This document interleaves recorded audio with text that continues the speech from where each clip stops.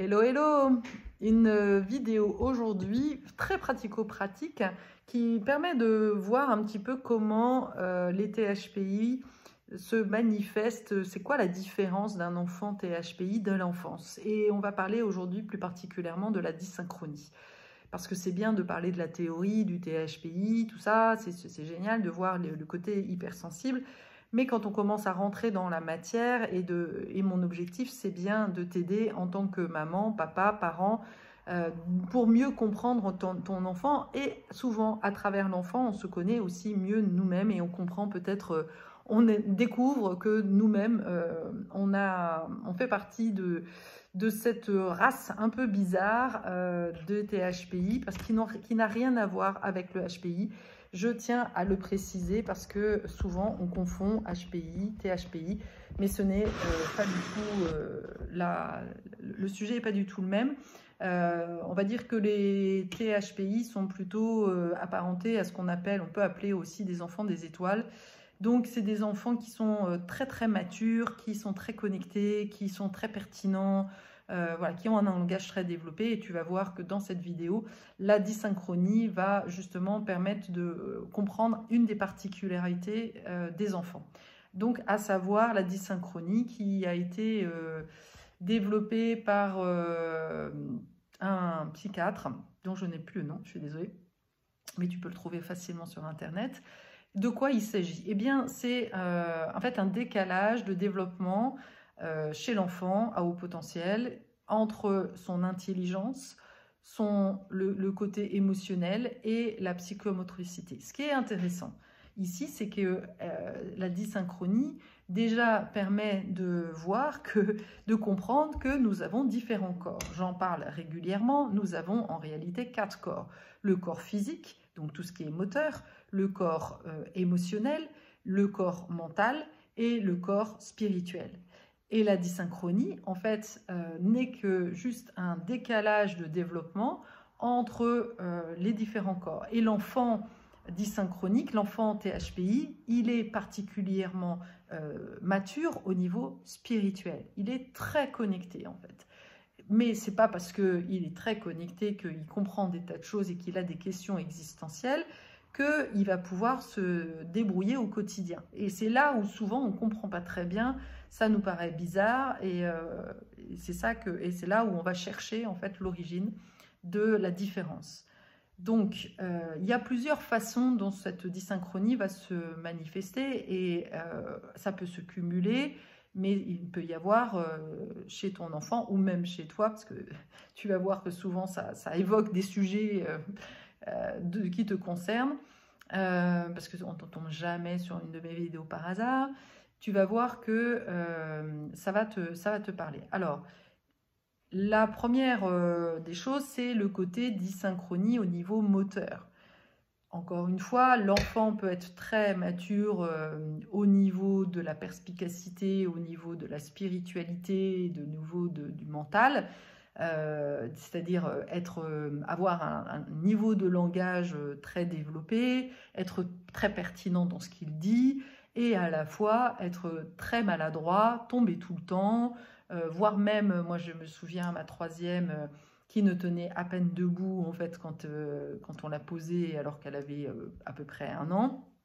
Donc il y a vraiment un problème moteur, ce qui est assez fréquent d'ailleurs chez les THPI, parce que quelque part ils sont comme s'ils avaient un problème, on a un problème d'incarnation. La relation au corps est très compliquée. D'un côté, on a une hyper-excitabilité, j'y reviendrai dans une autre vidéo, et à la fois, le corps, on est un peu maladroit, c'est comme si on n'avait pas tout à fait conscience d'être dans un corps, tu vois, c'est un peu ça, on peut être même dissocié au niveau émotionnel, enfin ce genre de choses. Donc là, ce côté dysynchronie au niveau de la motricité, comment ça se manifeste chez un enfant? Eh bien, j'ai par exemple parmi mes clientes une jeune fille de 11 ans dont la mère me disait que jusqu'à encore très récemment, elle ne savait pas lasser ses lacets. Ça, c'est quelque chose voilà, qui peut être associé à la dyspraxie. C'est très comparable, mais c'est pas la même chose en fait. C'est juste qu'elle a un retard parce que la dyspraxie, c'est que ça, alors que la dysynchronie, encore une fois, c'est un décalage entre les différents corps. Ça peut se manifester aussi par une écriture, une difficulté à écrire. Chez moi, par exemple, ça s'est traduit quand j'avais 9 ans, ou non, quand j'avais, je ne sais plus, 6 ans, je ne sais plus à quel âge, les infirmières nous demandaient de faire un certain nombre de figures géométriques et je n'étais pas capable de faire un losange. Donc on a considéré que j'étais débile parce que je ne savais pas faire un losange. Mais ce n'est pas parce que je ne sais pas faire un losange que je suis débile. Voilà. Sauf que ce genre de choses, il faut bien comprendre que de placarder, en fait, de mettre des étiquettes comme ça sur les enfants, c'est très traumatisant. Moi, j'ai gardé quelque part cette croyance que j'étais débile pendant assez longtemps, ce qui m'a quand même un peu gênée dans mon développement. Donc ça, c'est quelque chose qui peut arriver. Ensuite, ça peut. J'ai préparé mes petites notes, donc voilà, pour rien oublier. Oui, autre chose. On peut voir aussi un décalage parce que les THPI, en fait, le truc aussi par rapport à mon losange, c'est que peut-être qu'en fait, j'en avais rien à faire en fait de faire un losange et que ça m'intéressait pas. Et le THPI, eh ben, si n'est pas motivé d'en faire de faire quelque chose, eh ben, il va pas y arriver. Donc, il peut y avoir aussi un décalage qui peut être très difficile à comprendre entre, d'un côté, une écriture qui peut être une écriture de souillon, et à la fois, quand l'enfant est vraiment motivé, il peut prendre soin à faire une maquette super détaillée, par exemple. Donc on se dit, il ne peut pas être malhabile pour faire un truc avec ses mains et super habile pour faire une autre chose, mais toujours avec ses mains. Bah si, en fait. Ça fait partie justement des spécificités du THPI qui est très relié à quelque chose. Ça doit avoir du sens. Voilà, il est vraiment motivé par quelque chose, par son moteur intérieur, en fait. Autre chose, comment peut se manifester aussi la dysynchronie? Ça se manifeste sur la difficulté de restitution d'un problème, par exemple. L'enfant, le THPI peut très bien avoir la réponse, tout de suite, poum, on lui donne un problème complexe, même un calcul ou je sais pas quoi, il va trouver la réponse, mais par contre, il est incapable de savoir comment il a fait. Typiquement, moi, quand j'ai fait mon test WASTE, je me souviens, tout ce qui était sur les trucs les plus complexes, j'ai même pas cherché à le faire avec mon mental, je l'ai fait de manière complètement intuitive, c'est vraiment le côté intuition, et j'avais tout bon, en fait. On m'aurait demandé comment j'ai fait, j'étais incapable de savoir comment c'était bon, mais voilà, c'est comme ça. Donc, il y a vraiment une intelligence intuitive, mais qui va faire que, évidemment, on ne rentre pas dans le moule des codes de l'éducation, parce que si tu n'es pas capable de savoir que de détailler les sous-parties, on va croire que tu as triché. Ça, c'est typique. L'autre manière aussi que où ça peut se manifester, c'est l'immaturité affective et l'anxiété qui peut être justement provoquée par certaines contraintes du quotidien. Ce qui amène d'ailleurs, à mon sens, des mécanismes de TOC. Il y a des contraintes justement dans le quotidien où il va falloir rentrer dans des cases, justement, rentrer dans un modèle qui est peut-être trop rigoureux, qui a été imposé par la famille, par exemple, de boire son chocolat le matin, voilà. Et ça, en fait, ça peut vraiment faire péter un câble à un THPI parce que lui, il aime la liberté, en fait. Il est très, très attaché à la liberté. Donc là, il peut y avoir un débordement émotionnel provoqué par des choses qui, de l'extérieur, peuvent être mais rien du tout, en fait. J'ai le cas, là encore, ça me fait penser à un de mes clients, qui est très jeune aussi, qui ne supporte pas que son frère vienne le déranger dans sa chambre, en fait. Donc les parents se plaignent qu'il soit agressif, Mais pour lui, c'est vraiment de l'intrusion, en fait. Ça, c'est vraiment, on est encore dans la dysynchronie où le corps, en fait, manifeste un désaccord. Donc c'est un décalage à la fois dans une intelligence qui est brillante et une inexpérience, une incapacité de contrôler en fait ses émotions. L'autre dysynchronie aussi peut se passer au niveau du langage. Comme je l'ai expliqué tout à l'heure, un enfant qui est HPI peut parfois, ce n'est pas toujours le cas, hein, c'est pas parce qu'il n'est pas mature au niveau de son langage, parce que ça peut être sur d'autres niveaux. Un enfant THPI peut être très mature en fait dans sa pensée, donc avoir beaucoup d'intuition, mais avoir des retards de langage, par exemple. Moi, j'ai une de mes filles, ça a été ça, en fait. Donc, c'est pour ça, c'est très, très compliqué, finalement, de faire un diagnostic de savoir si ton enfant ou pas, et si ton enfant est THPI ou pas, parce qu'il y a autant de THPI pratiquement que de spécificité en fait. C'est vraiment, faut sentir, c'est très intuitif et très sensible, et c'est plutôt en termes d'énergie en fait qu'on va voir la différence. Mais ce qui est assez fréquent chez les THPI, c'est que les enfants voient très vite les failles des parents. Alors, ça peut être perçu parfois par de la manipulation, mais en réalité, ce n'est pas du tout le cas. L'enfant THPI, il est vraiment là pour aider le parent, pour même guider le parent. Mais le parent, nous, en tant que parents, on n'a pas appris en fait que nos enfants peuvent être plus intelligents que nous. C'est juste un truc qu'on ne comprend pas en fait. Parce que dans notre enfance, on nous a plutôt appris à nous taire et à obéir en fait.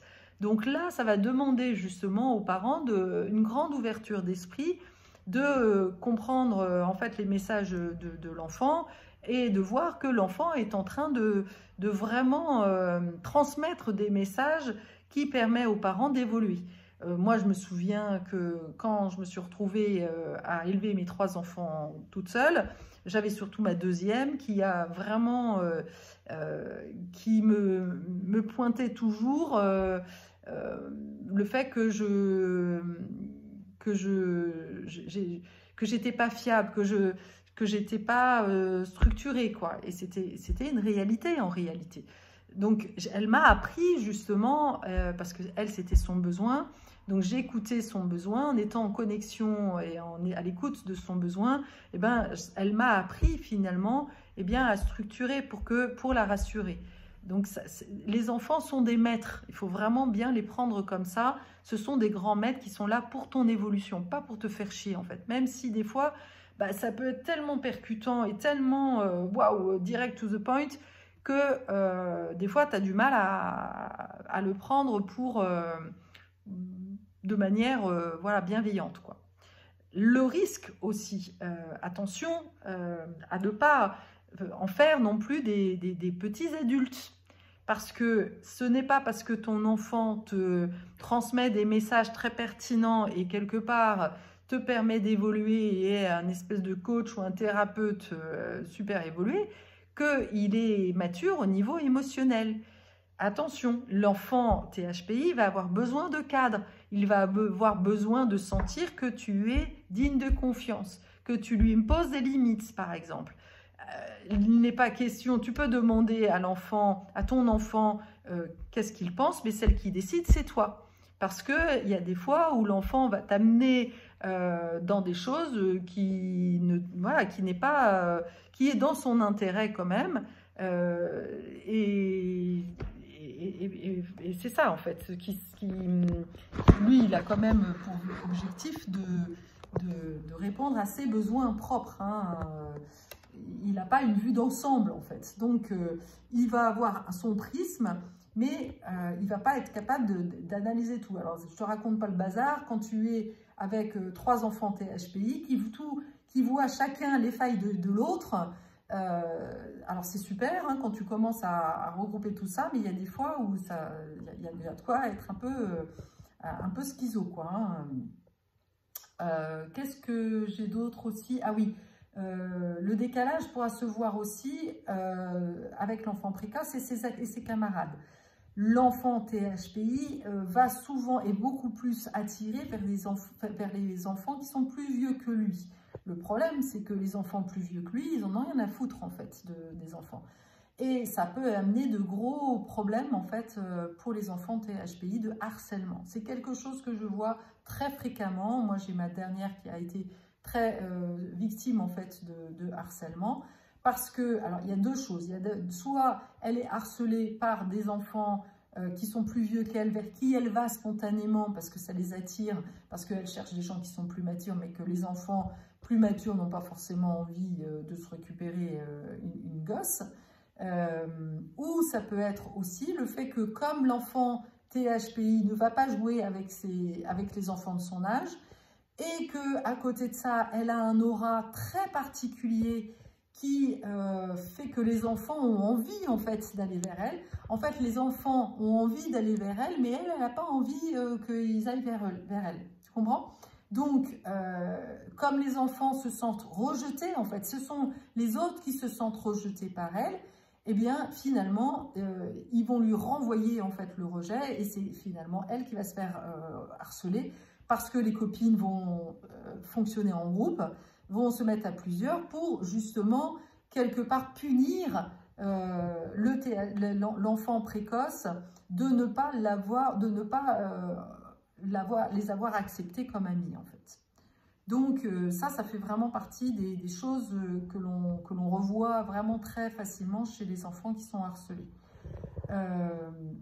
L'autre travers aussi, l'autre réponse que va pouvoir apporter éventuellement un enfant THPI face justement à des enfants qui commencent à les harceler, c'est de se suradapter en fait.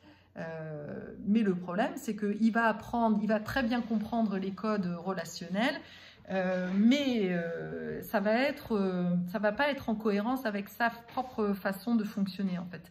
Donc, il va se rabaisser au mode de fonctionnement des enfants, à faire des choses un peu puériles, etc., mais qui ne le satisferont pas vraiment dans le temps.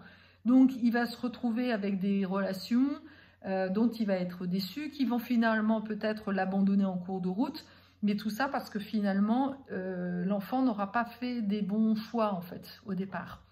Donc, il va se retrouver dans des situations où voilà, il aura l'impression de ne pas savoir comment relationner avec des enfants de son âge, alors qu'en réalité, c'est juste qu'il a appris à se suradapter et il ne va pas vers des enfants qui lui correspondent vraiment, avec lesquels il peut avoir vraiment des connexions profondes. Parce que le THPI, un enfant THPI, a besoin d'une connexion profonde, en fait. Il a besoin, c'est des relations qui sont fortes, en fait, émotionnellement, mais la plupart des enfants, en fait, n'ont pas la même façon, en fait. C'est pour ça que les enfants THPI, finalement, devraient, quelque part, être dans des écoles un peu particulières entre enfants THPI. Et là, ils se connectent tout de suite, ils ont des jeux... voilà, ils vont jouer à des vaisseaux spatiaux, à être dans les étoiles, etc. Et là, tout va bien se passer. Pour donner un exemple, moi, quand j'étais petite, je passais ma vie à faire des échecs, à jouer aux échecs avec... j'avais à l'époque un super copain, et je jouais aux échecs, alors que les autres jouaient à la cour de récré, quoi, enfin, à l'élastique ou à ce genre de choses. Donc, tu vois que ça n'a juste rien à voir, en fait, comme type d'activité. Mais à force d'être critiqué parce que tu n'es pas comme les autres, et ça, voilà, ça fait partie, en fait, des défis, en fait, de voir que, bah oui, on peut être rejeté parce qu'on n'est pas comme les autres, mais c'est tant mieux. C'est tant mieux parce que finalement, on n'est pas des extraterrestres, on est des terrestres extra, et que, bah, voilà, c'est plutôt, c'est à nous, en fait, d'apprendre justement à notre différence. Et le rôle des parents, parce que c'est ça le plus important, le rôle en tant que parent, c'est justement d'accompagner ton enfant à accepter sa propre différence, de ne pas chercher à se suradapter, mais déjà à s'aimer avec ses propres différences. Si déjà toi tu l'aimes comme il est et que tu ne l'emmènes pas chez tous les psys parce qu'il est différent, mais simplement parce que tu as envie que la psy peut-être lui reconnaisse ses différences, c'est pas parce qu'il a des problèmes. Ça, c'est vraiment hyper important. L'enfant, il a besoin de miroir, que tout va bien, qu'il est le plus beau et qu'il est accepté pour qui il est, dans sa différence, avec voilà, toutes ces bizarreries possibles et imaginables. C'est comme ça, en fait, c'est sur cette base-là que l'enfant va se structurer. Pour témoignage, parce que c'est un peu le but de ma vidéo, donc j'ai élevé 3 enfants toute seule, j'ai fait des conneries. Et mon but, c'est justement de partager ces conneries pour éviter de faire la même connerie en tant que parent. La première connerie que j'ai faite, c'est justement une erreur de diagnostic avec ma dernière fille, que j'estimais ne pas être justement surdouée, parce qu'elle avait des retards de langage et parce que elle n'avait pas du tout la même façon en fait d'appréhender les choses, et que justement dans la scolarité elle avait du mal. Donc quelque part je lui ai dit, mais je pensais lui faire quelque part lui rendre service en lui disant que qu'elle n'avait pas à se comparer avec ses frères et sœurs, mais en faisant ça, eh bien je lui ai quelque part fait comprendre qu'elle était débile, quoi. Et quelque part, c'est quelque chose qui continue à la suivre. Tiens donc, c'est bizarre parce que c'est un peu mon histoire dans ma vie. Ça, c'est des choses que on répète, puisque, pour témoignage aussi, moi, quand j'étais petite, vers 5-6 ans, c'était d'usage que l'infirmière nous fasse des tests justement psychomoteurs, et on m'a demandé de faire un losange. En fait, il faut bien comprendre que si ça avait été quelqu'un de gentil, sympathique, etc., le losange, je suis sûre que je l'aurais fait. Le problème, c'est que si l'infirmière, je ne la sentais pas et qu'elle me paraissait pas sympa, eh ben, j'ai refusé de faire le losange. Et donc tout de suite, eh bien, on m'a placardé comme étant débile. Mais c'est juste que voilà, j'aime faire plaisir aux gens qui sont gentils avec moi. Mais si quelqu'un me plaisait pas, eh bien, je faisais pas d'effort en fait. Et ça, c'est quelque chose de très très spécifique en fait chez les THPI. Il sent les gens ou pas, et s'il sent pas sa maîtresse, ça va être très compliqué, ou son maître, ça va être très compliqué dans les relations. Et donc le problème, c'est que voilà, on m'a du coup diagnostiqué comme débile, quoi. Et donc voilà, de manière complètement détournée, mais j'ai reproduit le schéma avec ma fille. Voilà.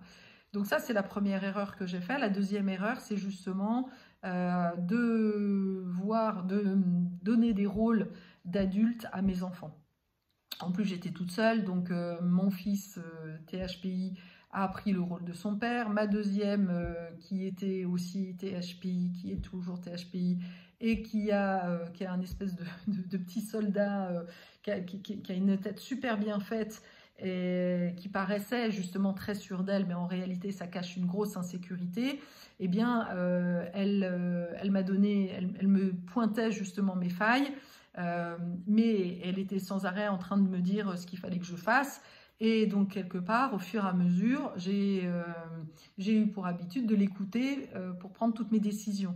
Mais en faisant ça, en fait, je l'ai mise je lui créais beaucoup d'insécurité, parce que je lui ai renvoyé que moi, je n'étais pas capable de prendre des décisions. Donc, tu imagines, si je ne suis pas fiable en tant qu'enfant, c'est très, très insécurisant, en fait, pour un enfant d'aller se débrouiller toute seule, alors que la mère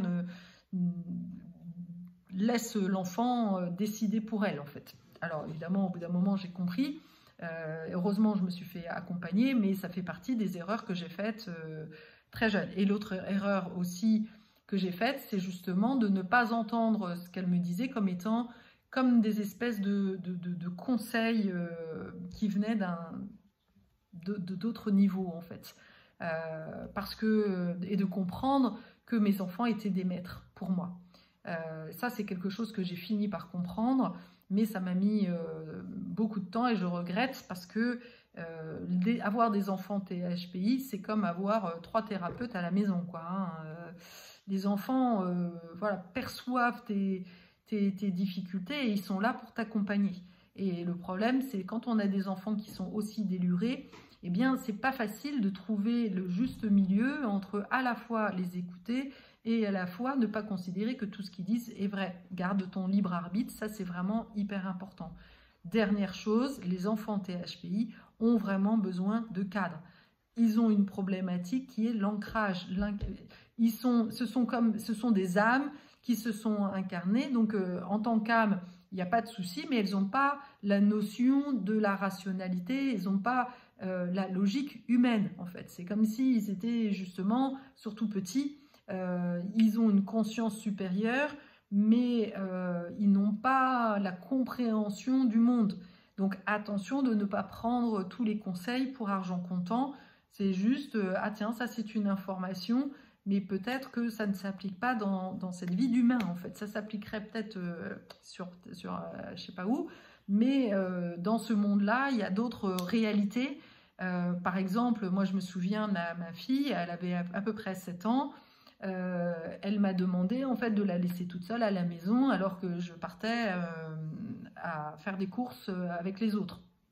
Parce que elle, les magasins, et ça c'est aussi très THPI, puisque les THPI sont ont une hyper excitabilité au niveau corporel, aller dans des magasins, et surtout ma troisième, et c'était vraiment sa particularité, elle ressentait très très forte les lieux publics comme ça, et c'est très compliqué. Elle en a d'ailleurs développé une phobie sociale.